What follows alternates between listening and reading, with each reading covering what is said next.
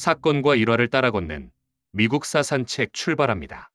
이번 편에서는 지난 편에서 돌아본 세러토가 전투에 이어 미국의 독립전쟁을 종결시키고 신생 강대국 아메리카를 출범시킨 아메리카 독립군의 마지막 한방 요크타운 전투를 돌아보고자 합니다. 영국군 사령관 버고인이 항복하고 독립군이 처음으로 크게 승리한 1777년 10월의 세라토가 전투는 그동안 눈치를 보고 있던 유럽의 여러 나라에게 큰 영향을 미쳤지요. 특히 아메리카인들의 줄기찬 요청에도 불구하고 그동안 시간을 끌며 응하지 않고 있던 프랑스는 아메리카인들의 독립전쟁을 지원할 가치가 있다고 생각하여 1778년 2월 아메리카 프랑스 동맹 조약을 체결하게 됩니다. 프랑스로서는 수년 전 파리 조약에서 영국에 굴복한 치욕을 만회할 수 있는 기회였기 때문이지요. 프랑스는 아메리카의 독립을 승인하고 쌍방은 상호 최애국의 대우를 하며 아메리카의 완전한 독립이 달성될 때까지 영국에 대하여 전쟁을 계속하고 단독으로 강화할 수 없다는 것이 동맹 조약의 골자였습니다. 조약에 따라 1778년 6월 프랑스는 영국에 선전포고를 하였습니다. 스페인과 네덜란드 등은 아메리카에 차관을 제공하였으며 러시아는 무장중립동맹을 체결하여 우호적인 태도를 보였지요. 한편 영국은 전쟁을 빨리 종결시키지 못한 책임을 물어 하우 장군을 런던으로 소환하고 후임으로 클린턴 경을 아메리카로 파견합니다. 뉴욕에 도착한 클린턴은 즉시 모든 영국의 육군과 함대를 뉴욕으로 직결시켰지요. 워싱턴 장군이 지휘하는 독립군, 즉 대륙군은 뉴욕으로 행군하는 영국군에게 공격을 퍼부었으나 큰 전과는 올리지 못하였습니다. 만여 명의 영국군 병력이 뉴욕을 점령하자 워싱턴 장군은 허드슨 강변의 웨스트 포인트에 대륙군 사령부를 설치하여 영국군의 움직임을 지켜보면서 프랑스군이 도착하기를 기다렸습니다. 웨스트 포인트는 오늘날 미국의 육군 사관학교가 자리 잡고 있는 곳이죠. 머지않아 데스탱 백작이 지휘하는 프랑스 함대가 도착하였습니다. 데스탱 백작은 대륙군의 설리번 장군과 합동으로 로드아일랜드의 뉴포트를 공격하였으나 실패하였습니다. 한편 클린턴 장군은 뉴잉글랜드 지방이 영국에 대한 적개심이 가장 높기 때문에 성공할 가능성이 적다고 판단하여 공격 목표를 상대적으로 대륙군의 전력이 취약한 남부지방으로 돌립니다. 이리하여 벌어진 전투가 영국군이 사우스캐롤라이나의 요충지인 찰스턴 항구를 공격한 찰스턴 전투로서 대륙군은 이 전투에서 큰 피해를 입어 약 5,000명이 영국군의 포로가 되었습니다. 이어서 영국군은 1781년 8월 체사피크만 입구의 요크타운을 점령합니다. 이로써 영국군은 체사피크만을 맘대로 드나들 수 있게 되었습니다. 한편 영국군이 찰스턴을 공격하기 위해 뉴포트에 주둔하고 있던 영국군을 남쪽으로 내려보내자 오샹보 백작이 지휘하는 정예 프랑스군 2개 연대의 병력이 뉴포트에 상륙하였습니다. 이때 워싱턴 장군과 로샹보 백작이 토의한 결과 승리를 거두기 위해서는 3만 명의 병력과 해상통 제권 그리고 프랑스 정부의 지원이 필요하다는 데 의견을 통일하고 이에 프랑스 정부의 지원을 요청하였습니다. 프랑스 국왕 루이 16세는 모샹보의 요청을 받아들여 1781년 5월 금화 600만 파운드를 워싱턴 장군에게 전달했는데 이로써 보급이 끊겨 사기가 엉망이었던 대륙군은 기사회생할 수 있었지요. 또 프랑스는 그라스 제독이 이끌고 있는 프랑스 함대를 일정 기간 마음대로 사용할 수 있는 권한을 워싱턴 장군에게 주었습니다. 이때 영국군의 코널리스 장군은 남부에서 대륙군에게 고전하고 있었으나 클린턴의 명령에 따라 자신이 지휘하고 있던 7,000명의 병력을 체사피크만 입구의 요크타운 항구로 집결시킵니다. 클린턴은 뉴욕이 미국 프랑스 동맹군의 목표가 분명하다고 생각하여 뉴욕에 전투력을 내려보내지 않고 대신 코널리스가 지휘하고 있던 남쪽의 전투력만으로 체사피크만 입구를 지키려고 했던 것이지요. 그러나 클린턴의 예상은 빗나가고 말았습니다.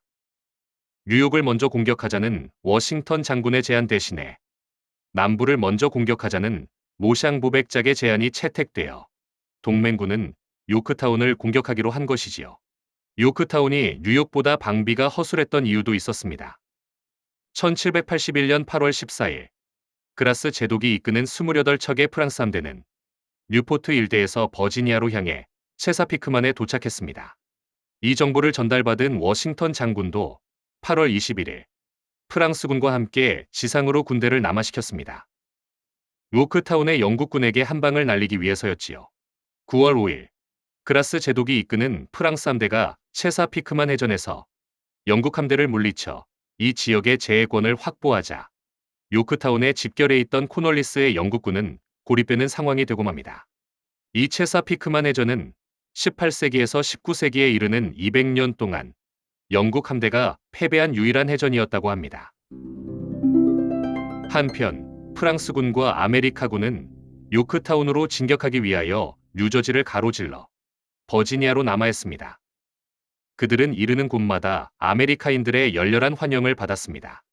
한편 체사피크만에서는 그라스 제독이 이끄는 28척의 전함이 이미 1000명의 병력을 상륙시켜 전투를 준비하고 있었지요. 9월 28일 마침내 워싱턴의 대륙군과 로샹보의 프랑스군은 라파예트와 그라스의 부대 3000명과 합류해 17,000명의 전력으로 영국군의 마지막 거점이었던 요크타운을 포위해 코널리스와 대치에 들어갔습니다. 2배가 넘는 전력 차였지요. 지원군과 로드니의 함대를 기다리던 코널리스의 눈앞에 난데없이 그라스 제독의 함대와 17,000명의 대병력이 나타나 요크타운을 포위하였으니 코널리스로서는 청천벽력 같은 일이었습니다. 그러자 그레이브스 제독의 영국 함대가 체사피크만의 포위망을 깨고 코널리스군을 구원하려고 했으나 아메리카군과 프랑스군의 협공으로 대패하고 뉴욕으로 후퇴하였지요. 코널리스는 상황을 뉴욕의 클린턴에게 알렸습니다. 뉴욕에 남아있던 영국군은 총사령관 클린턴 휘하의 10,000명의 병력뿐이었습니다. 클린턴은 지원군 5,000명을 함대에 태워 일주일 이내인 10월 5일까지 요크타운에 도착시키겠다고 약속하지요. 10월 11일 동맹군은 영국군으로부터 불과 400야드 떨어진 곳에서 두 번째 공격을 시작하여 3일 후에는 영국군의 보루 2개를 점령하고 전선을 영국군 코앞까지 압박해 들어갔습니다. 동맹군이 포위망을 좁혀왔지만 코널리스는 뉴욕에서 온다고 약속한 지원군을 기다리는 수밖에 없었지요. 10월 16일 동맹군은 전선을 좁혀 영국군 진지에 포탄을 쏟아부었습니다. 궁지에 몰린 영국군은 그날 밤 요크강을 건너 탈출을 시도했지만 심한 폭풍우 때문에 실패했지요. 결국 식량도 탄약도 바닥이 난 코널리스군은 10월 17일 마침내 항복을 요청하고 10월 19일 항복문서에 서명했습니다. 약 7,000명의 영국군이 포로가 되었습니다. 한편 뉴욕에서 결단을 내리지 못하고 있던 클린턴은 10월 19일이 되어서야 지원군을 보냈지만 이날이 바로 요크타운이 항복한 날이었지요. 지원군을 실은 영국 함대가 도착한 것은 약속한 10월 5일보다 19일이나 지난 10월 24일이었던 것입니다. 그러나 요크타운 전투로 전쟁이 끝난 것은 아니었습니다. 영국군은 아직도 뉴욕 등 주요 도시를 장악하고 있었으며 독립군은 지쳐가고 있었지요.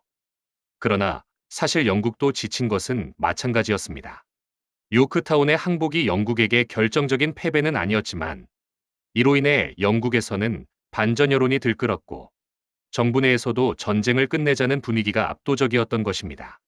특히 영국 상인들에게 영국이 지는 것은 큰 문제가 아니었습니다.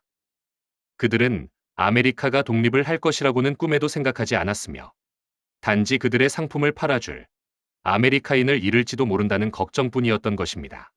그동안 아메리카의 무장 상선은 영국 상선에게 막대한 피해를 입혔지요. 1777년 한 해 동안 납포된 영국 상선이 무려 450척에 이르렀고 어느 선주는 300만 달러에 달하는 막대한 물자를 약탈당했다고도 합니다. 마침내 영국 정부가 평화협상안을 논의하기 시작하자 대륙회의에서도 그 평화가 명예로운 것이라면 받아들여야 한다는 입장이 나왔습니다. 그리하여 1779년부터 존 애덤스를 비롯한 아메리카의 대표들이 영국과 협상에 들어갔지요. 하지만 평화안 동의안은 1782년 영국의회에서 단 한 표 차이로 부결되는 등 순탄치 않았습니다. 그러자 내각이 총사퇴하고 자유당의 로킹엄 내각이 출범하게 되었지요. 새로 출범한 자유당 내각의 일원이었던 셀번경은 벤자민 프랭클린과 오랜 친구 사이였습니다. 외교적 수완이 뛰어났던 프랭클린은 곧 축하의 인사를 보내면서 셀번경과 본격적인 비밀 협상에 들어갔습니다. 셀번경은 아메리카의 독립을 승인하는 조건으로 영국과 프랑스 간에 체결된 바 있는 파리 조약을 존중해 주어야 한다는 조건을 제시하였지요. 프랭클린이 이를 받아들이자 영국 왕 조지 3세는 마지못해 1782년 12월 5일 의회연설을 통해 아메리카의 독립을 승인하였습니다. 그리고 마침내 1783년 9월 3일 파리에서 평화조약이 체결되어 종전이 이루어지는 것입니다. 이 평화조약은 아메리카에게 매우 유리한 내용으로 체결되었습니다. 영국은 아메리카의 독립을 승인한다. 아메리카의 영토는 서쪽은 미시시피강, 남쪽은 스페인령인 플로리다를 국경선으로 한다. 아메리카는 영국 상인에 대한 채무를 상환한다.